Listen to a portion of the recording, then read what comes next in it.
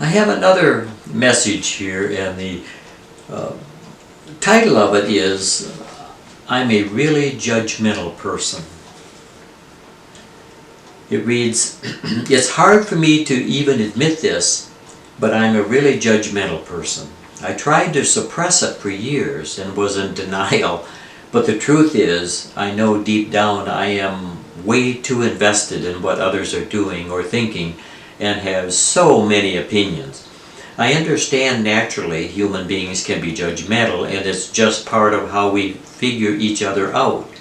But I know my level of judgment is uncalled for. For some examples of judgment is if someone wants to do something one way, in my head I'm already thinking of how stupid an idea that is, and I know my way is better. I also am quick to judge someone based on knowing them for like 3 minutes. I tend also to make comments in my head like, why do they do this? What's the point of that? I really need advice on how to replace negative thoughts with positive ones. I'm just ready to change my ways because I don't want to be this person.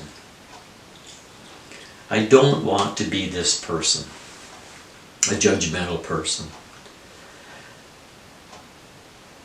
How to do that? I think that a phrase that we could use quite often that would help us is to remind ourselves daily, continually, that people have the right to live their own lives. People have the right to live their own lives. That's very powerful, because if we accept that, if we come to accept that people have the right to live their own lives, then it helps us release the feelings that we have to be judgmental about what they did.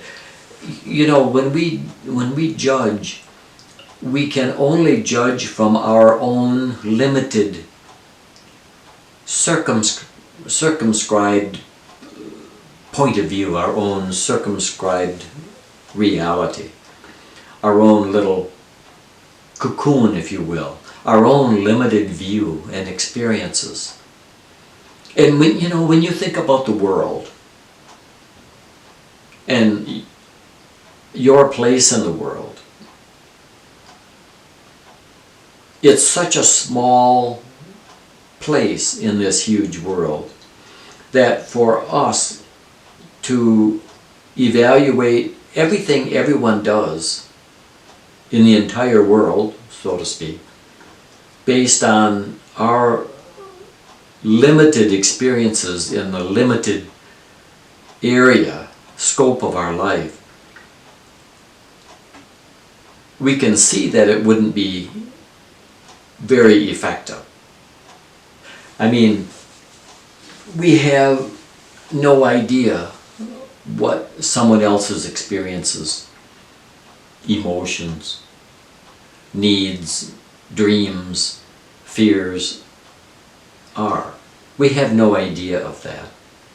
And so for us, from our limited view and experiences, and from the small number of things in the scheme of things, the small number of things that we've learned in life, it's really quite presumptuous of us to then apply that limited knowledge to other people and to pass judgment on them. So that's where the term "people have the right to live their own lives" comes from. And that's why it's important. If we allow people the right to live their own life, then we'll be able to be okay with what they're doing. It doesn't mean we agree, and we may do things differently if it was us, as this person said, they would do things differently in some situations. I know my way is better. And it may be for that person. But everyone has a right to live their own lives. And quite frankly, we all have the right to make our own mistakes. We all have a right to learn our own lessons. And so we can get a lot of peace and tranquility in our lives by just allowing other people to live their lives without judging. And you know, even though we may think we have a better way, even though we may think we're on a better track, as you know, we're often wrong. If you think about it, many of the things that you believed in the past, opinions you've had, that I've had, perceptions of things, understandings of things, have turned out to be wrong. There's often more to the story than what we thought. If you think about it, you'll find that that's true in your life, that based on more information, you changed your opinion about something. That's normal.